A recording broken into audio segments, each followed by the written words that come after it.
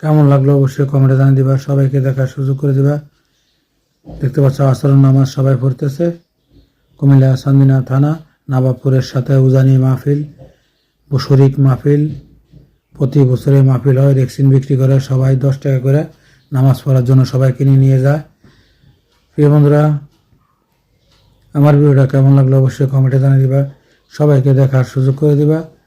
দেখতে পাচ্ছ বিশাল বড় একটি মাঠ,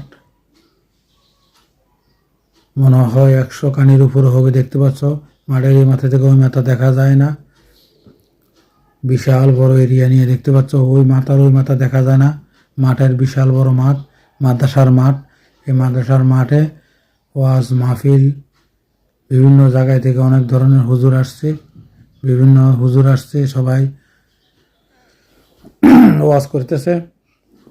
অবশ্যই প্রিয় বন্ধুরা, আমার ভিডিওটা কেমন লাগে